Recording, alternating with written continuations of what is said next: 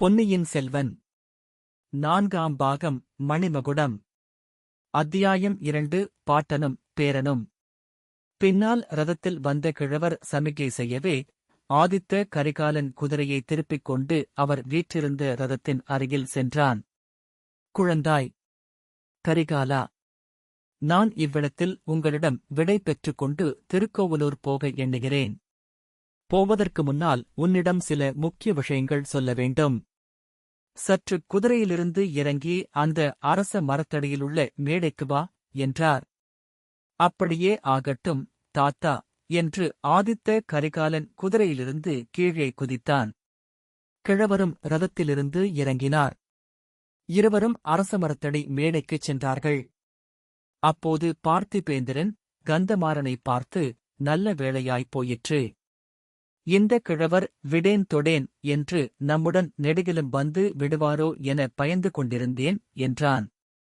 அப்படித் தொடர்ந்து வந்தால் இவரை வெள்ளாற்றின் பிரவாகத்தில் தள்ளி முழுக அடித்து விடுவது என்று நான் எண்ணியிருந்தேன் என்றான் கந்தமாறன். இருவரும் தங்கள் பேச்சில் தாங்களே சிரித்து மகிழ்ந்தார்கள். ஆதித்த கரிகாலனை பார்த்து மலைநாடு உடையாராகிய திருக்கோவலூர் மலையமான் சொல்லலுற்றார். ஆதித்தா, இன்றைக்கு 24 ஆண்டுகளுக்கு முன்னால் நீ பிறந்தாய். திருக்கோவலூரில் என்னுடைய அரண்மனையிலேதான் பிறந்தாய். அச்சமயம் நடந்த கொண்டாட்டங்கள் நேற்று நடந்தது போல் எனக்கு ஞாபகமிருக்கின்றன. உன்னுடைய குலத்தைச் சேர்ந்தவர்களும் என்னுடைய குடியைச் சேர்ந்தவர்களும் சோழ நாட்டையும் தொண்டை நாட்டையும் சேர்ந்த சிற்றரசர்கள் பலரும் வந்திருந்தார்கள். இவர்கள் எல்லோரையும் சேர்ந்த வீரர்கள் 30,000 பேர் வந்திருந்தார்கள். அவர்களுக்கெல்லாம் நடந்த விருந்தின் விமரிசையைச் சொல்லி முடியாது. உன் தந்தையின் பட்டாபிஷேக வைபவத்தின் போதுகூட அத்தகைய விருந்துகளும் கோலாகலங்களும் நடைபெறவில்லை. என் பொக்கிஷத்தில் என் முன்னோர்கள் காலத்திலிருந்து 100 வருஷங்களாகச் சேர்த்து வைத்திருந்த பொருள் அவ்வளவும் அந்த 3 நாள் கொண்டாட்டத்தில் தீர்ந்து போய்விட்டது. அச்சமயம் உன்னுடைய கொள்ளுப் பாட்டனாராகிய பராந்தக சக்கரவர்த்தியே திருக்கோவலூருக்கு வந்திருந்தார். உன் பெரிய பாட்டனார் கண்டராதித்தரும் உன் தந்தை சுந்தர சோழரும் வந்திருந்தார்கள். ஆண் குழந்தை பிறந்த செய்தி அறிந்ததும் அவர்கள் அனைவரும் அடைந்த ஆனந்தத்துக்கு அளவேயில்லை. சோழ குலத்தை விளங்க வைப்பதற்கு நீ பிறந்து விட்டாய் என்று குதூகலம் அடைந்தார்கள். உன் பாட்டனின் மூத்த தமையன்மார்களுக்கு அதுவரையில் சந்ததியில்லை. அரிஞ்சயனுக்கும் உன் தகப்பன் ஒரே மகனாக விளங்கினான். அவன் உன் பிராயத்தில் மன்மதனையொத்து அழகுடன் விளங்கினான். சோழ குலத்திலோ அல்லது தமிழகத்து சிற்றரசர் வம்சத்திலோ அவ்வளவு அழகுடைய பிள்ளையை யாரும் அதற்கு முன் கண்டதில்லை.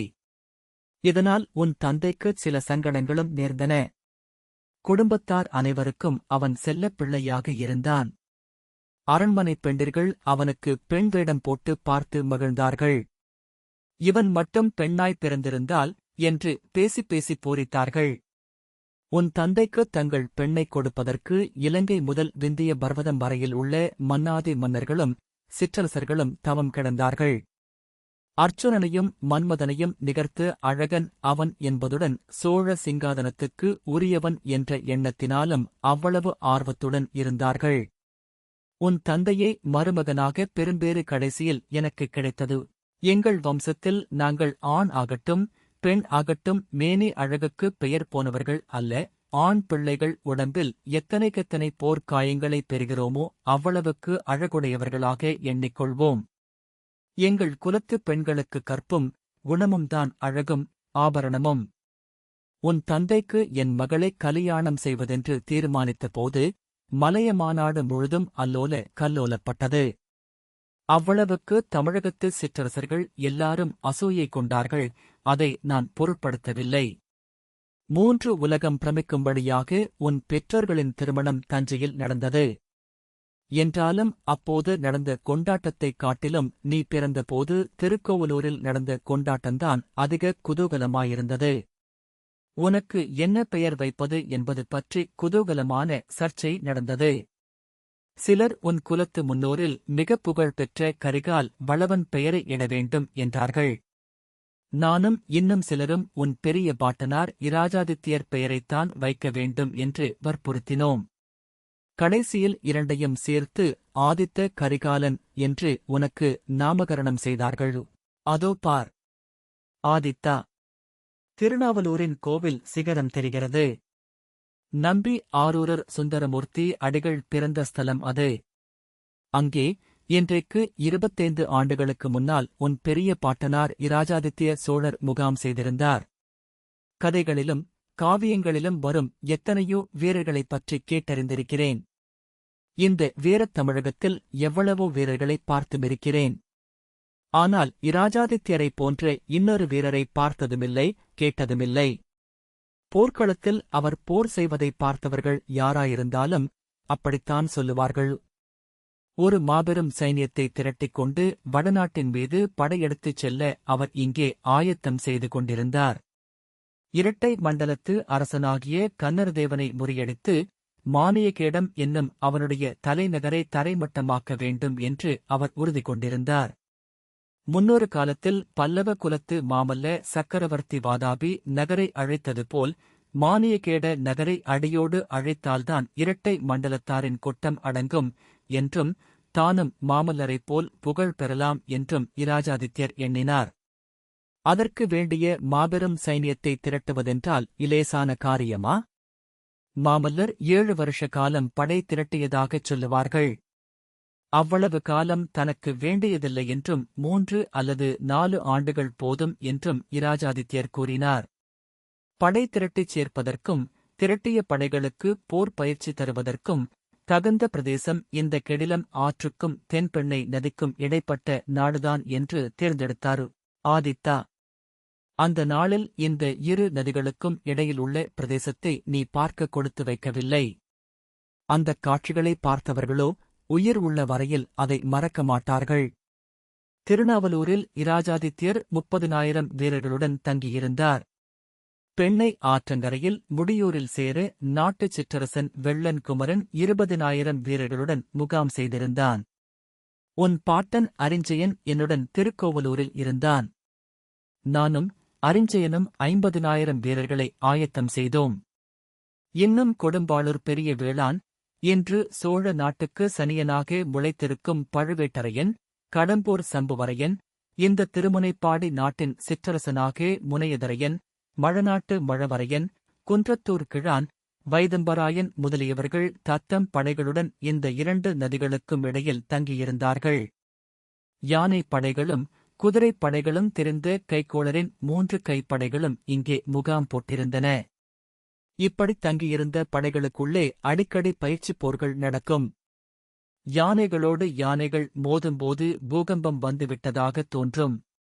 குதிரைப் படைகளின் அணிவகுப்புகள் வேல் பிடித்து வீரர்களுடன் பாய்ந்து செல்லுங்கால் எழும் சத்தம் பிரளய கால சமுத்திரம் பொங்கி வருவது போலிருக்கும். வீரர்கள் வில்லுகளிலிருந்து அம்புகள் விட்டு பழகிக் கொள்ளும்போது அந்தச் சரமாரியினால் வானமே மறைந்துவிடும். எதிரிப் படைகளைத் தாக்குவதற்காக 1000 வீரர்கள் நாவலோ நாவல் என்று ஏக காலத்தில் கர்ஜித்துக் கொண்டு கிளம்பிப் பாயும் போது உலகத்தின் முடிவு நெருங்கிவிட்டதாகவே தோன்றும். இதையெல்லாம் வேடிக்கை பார்ப்பதற்கு திரள் திரளாக ஜனங்கள் வருவார்கள். இந்த திருமுனைப்பாடி நாட்டிலும் நடுநாட்டிலும் உள்ள ஜனங்கள் மிக நல்லவர்கள், அதோடு வீரம் மிகுந்தவர்கள். இங்கே படை திரண்டிருந்தபோது அவர்களுடைய விவசாயத்துக்கு பெரும் குந்தகங்கள் நேர்ந்தன. அதையெல்லாம் அவர்கள் பொருட்படுத்தவில்லை. இத்தகைய மக்களுக்கு நன்றி தெரிவித்துக் கொள்வதற்காகவே இராஜாதித்யர் இந்த 2 நாட்டிலும் பல ஏரிகள் தோண்டுவித்தார். கொள்ளிடத்திலிருந்து புதிய 6 வெட்டிக் கொண்டு வந்து வீர நாராயணபுரத்து ஏரியில் நிரப்புவதற்கும் ஏற்பாடு செய்தார் ஆதித்தா. அந்த ஏரியின் வளத்தினால் பெருநன்மை அடைந்தவன் கடம்பூர் சம்புவரையன். அவன் அன்றைக்கு இராஜாதித்யரின் அடிபணிந்து நின்ற நிலையையும் இன்று அடைந்திருக்கும் செல்வச் செருக்கையும் ஒப்பிட்டுப் பார்த்தால் எனக்கு பெரு வியப்பு உண்டாகிறது. ஆதித்த கரிகாலன் குறுக்கிட்டு, தாத்தா, சம்புவரையர் செருக்கைப் பற்றி தங்களுக்கு என்ன கவலை? தக்கோலத்தில் நடந்த யுத்தத்தைப் பற்றிச் சொல்லுங்கள். இந்தக் கெடில கரையில் திரட்டிய மாபெரும் சைனியம் எப்போது இங்கிருந்து புறப்பட்டது? அவ்வளவு முன்னேற்பாடுகள் செய்திருந்தும், என் பெரிய பாட்டனார் அவ்வளவு பெரிய மகாவீரராயிருந்தும் ஏன் நம் படைகள் தக்கோலத்தில் தோல்வியுற்றன? தாங்களும் அந்தப் போரில் கலந்து போரிட்டவர் அல்லவா? ஆகையால் நேரில் பார்த்து தெரிந்து கொண்டிருப்பீர்களே என்றான். ஆம், நானும் அந்த போர்க்களத்தில் இருந்தேன். அதைப் பற்றித்தான் உனக்குச் சொல்லப் போகிறேன். இராஜாதித்யர் இங்கே பல வகைப்படைகள் திரட்டி தூர தேசங்களுக்குச் சென்று போர் செய்வதற்கு பயிற்சி அளித்துக் கொண்டிருந்தார் அல்லவா? சில காரணங்களினால் உத்தேசித்திருந்த காலத்துக்குள் அவர் புறப்பட முடியவில்லை. இலங்கையில் மறுபடியும் போர் மூண்டதாகச் செய்தி வந்தது.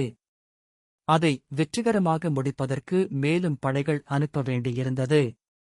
தெற்கே ஒரு பகைவனை வைத்துக்கொண்டு வடக்கே நெடுந்தூரம் சோழ நாட்டின் முக்கிய சேனா வீரர்களும் தளபதிகளும் போவதை சக்கரவர்த்தி விரும்பவில்லை. இலங்கை போர் முடிந்ததாக செய்தி வந்த பிறகு புறப்படலாம் என்று கூறி வந்தார். இராஜாதித்யரும் தந்தையின் வார்த்தையைத் தட்ட முடியாமல் பொறுமையுடன் காத்திருந்தார். ஆனால் பகைவர்கள் அவ்விதம் காத்திருக்க இணங்கவில்லை. இரட்டை மண்டல சக்கரவர்த்தி கன்னரதேவனும் அதே சமயத்தில் சோழ நாட்டின் மீது படை எடுப்பதற்காக பெரிய சைன்யம் சேர்த்துக் கொண்டு வந்தான். அந்த மாபெரும் சைன்யத்துடன் அவன் தெற்கு நோக்கி புறப்பட்டுவிட்டான். கங்க நாட்டு மன்னன் போதுகனும் தன் பெரும் படையுடன் கன்னரதேவனோடு சேர்ந்து கொண்டான். வடகடலும் தென்கடலும் ஒன்று சேர்ந்தாற்போல் இரட்டை மண்டல சைன்யமும் கங்க நாட்டு போதுகன் சைன்யமும் சேர்ந்து ஒரு மகா சமுத்திரமாகி முன்னேறி வந்தது.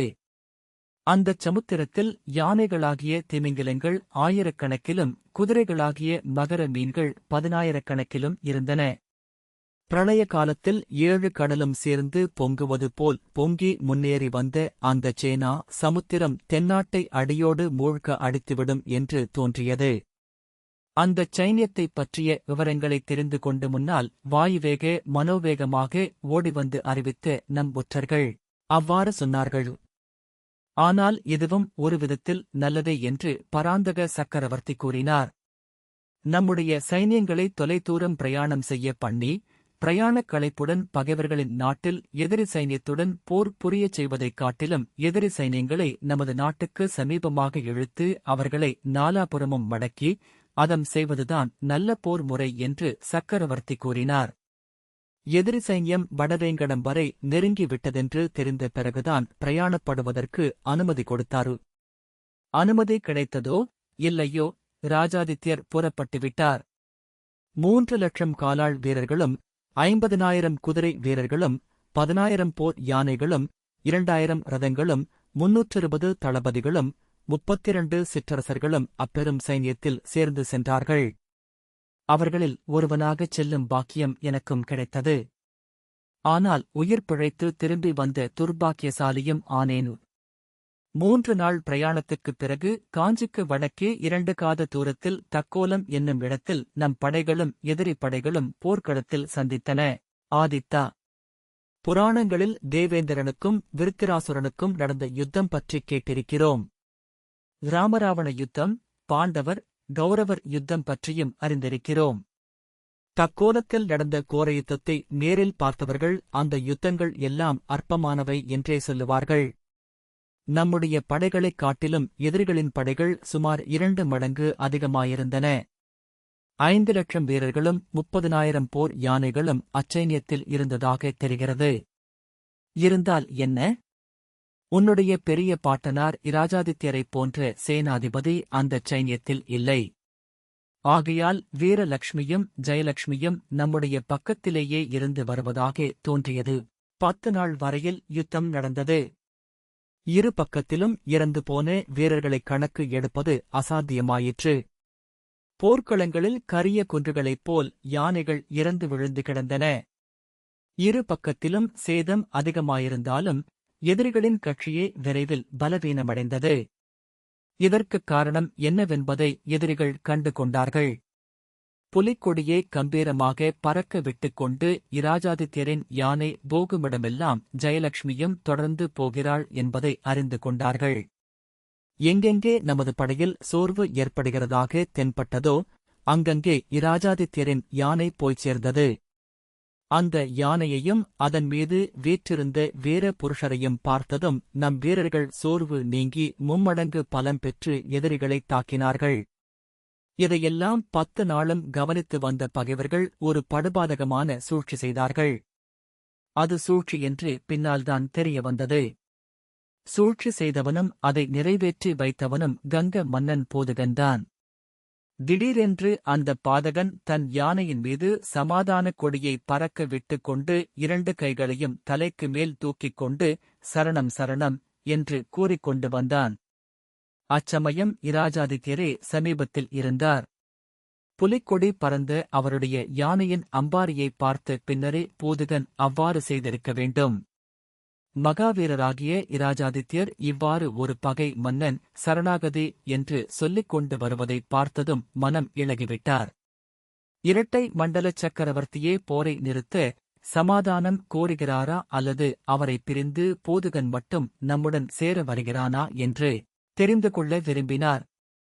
ஆகையால் சங்கநாதம் செய்து தன்னைச் சுற்றி நின்ற மெய்க்காப்பாளரை விலகச் செய்தார்.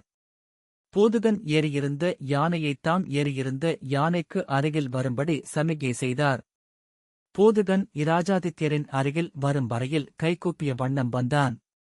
அவனுடைய கண்களிலிருந்து கண்ணீர் பெருகியதையும் இராஜாதித்யர் பார்த்தார். இதனால் அவருடைய மனம் இன்னும் இளகிவிட்டது. தொழுகையுள்ளும் படையொடுங்கும் ஒன்னார் அழுதகண் நீரும் அனைத்து என்னும் தமிழ்நாட்டுப் பெரும் புலவரின் வாக்கு அச்சமயம் இராஜாதித்யரின் ஞாபகத்தில் இருக்கவில்லை. கண்ணீரைக் கண்டு கரைந்துவிட்டார். இன்னும் சமீபமாக பூதுகனை வரவிட்டு என்ன செய்தி என்று கேட்டார். அதற்கு அவன் கூறிய மறுமொழி இராஜாதித்யரை அருவருப்புக் கொள்ளும்படி செய்தது.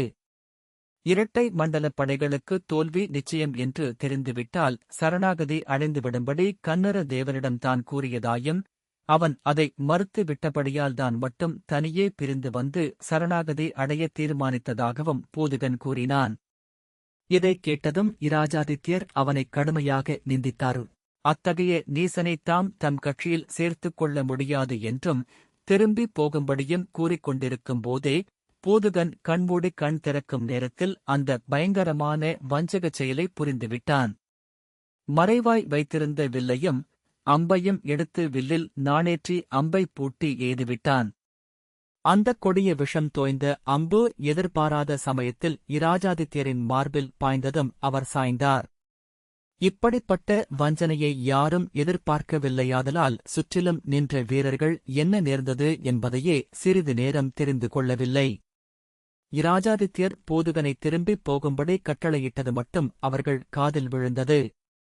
உடனே பூதுகன் தன் யானையை விரட்டி அடித்துக் கொண்டு ஓடிப்போனான். இராஜாதித்யர் யானை மேலிருந்தபடியே மரணமடைந்தார் என்ற செய்தி பரவியதும் நமது படையைச் சேர்ந்தவர்கள் அனைவருக்கும் தனித்தனியே தலையில் இடி விழுந்தது போல் ஆகிவிட்டது. அந்த மாபெரும் துயரத்தினால் யுத்தத்தையே மறந்துவிட்டார்கள்.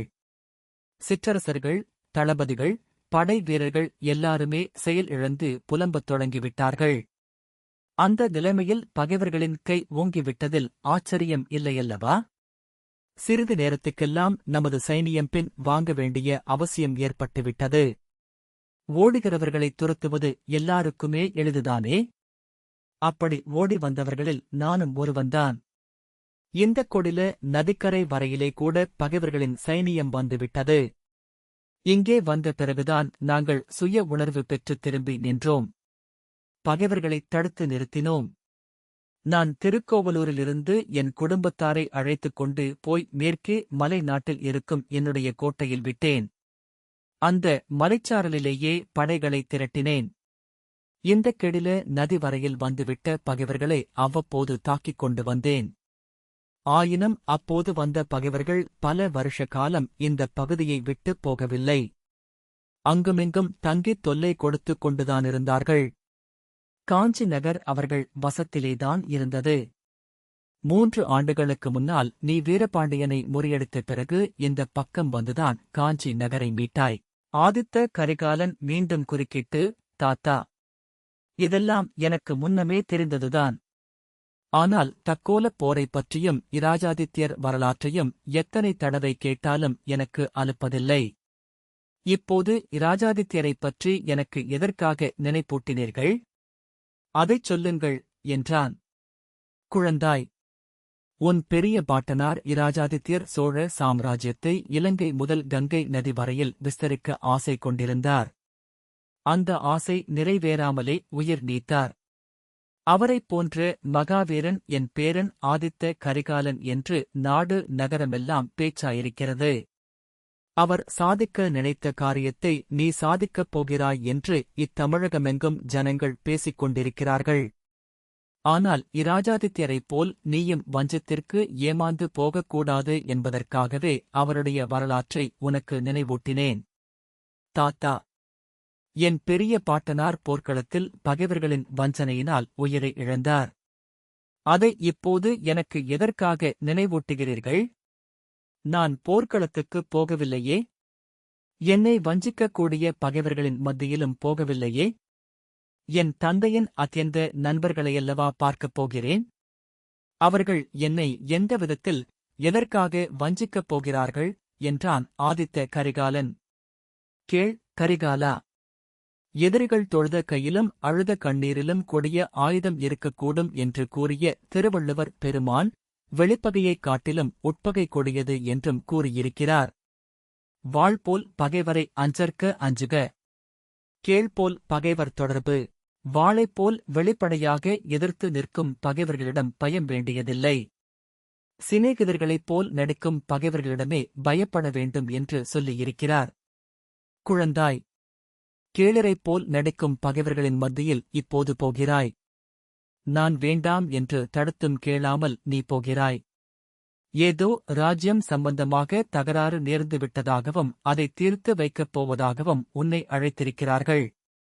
சம்புவரையன் மகள் ஒருத்தியை உன் கழுத்தில் கட்டிவிட உத்தேசித்து உன்னை அழைத்திருப்பதாகவும் அறிகிறேன். ஆனால் அவர்களுடைய உண்மையான நோக்கம் இன்னதென்பது எனக்கும் தெரியாது, நீயும் அறிந்திருக்க முடியாது. உனக்குப் பெண் கொடுப்பதற்கு இந்த பாரத தேசத்தில் மன்னர்கள் பலர் காத்திருக்கிறார்கள். இந்தச் சம்புவரையன் மகள்தான் வேண்டுமென்பதில்லை. இராஜ்யத்தை உனக்கு பாதி என்றும் மதுராந்தகனுக்கு பாதி என்றும் பிரித்துக் கொடுத்து சமாதானம் செய்விக்கப் போகிறார்கள் என்றும் கேள்விப்படுகிறேன். அதில் என்ன சூது இருக்குமோ சூழ்ச்சி இருக்குமோ எனக்குத் தெரியாது. எது எப்படியானாலும் நான் உடனே திருக்கோவலூருக்குச் சென்று என்னுடைய பாதுகாப்புப் படைகளையெல்லாம் திரட்டிக் கொண்டு வந்து வெள்ளாற்றங்கரையில் தங்கியிருப்பேன். சம்புவரையர் அரண்மனையில் இருக்கும்போது உனக்கு ஏதேனும் சந்தேகம் தோன்றினால் எனக்கு உடனே சொல்லி அனுப்பு. இச்சமயம் ஆதித்த கரிகாலனுடைய கவனம் தன் பக்கம் இல்லை என்பதையும் வேறு பக்கம் திரும்பியிருக்கிறதென்பதையும் மலையமான் கண்டார். தாத்தா, அதோ பாருங்கள் என்று ஆதித்த கரிகாலன் கலக்கத்துடன் கூறிய வார்த்தைகளை அந்த வீரக்கிழவர் கேட்டு அந்த திசையை உற்று நோக்கினார்.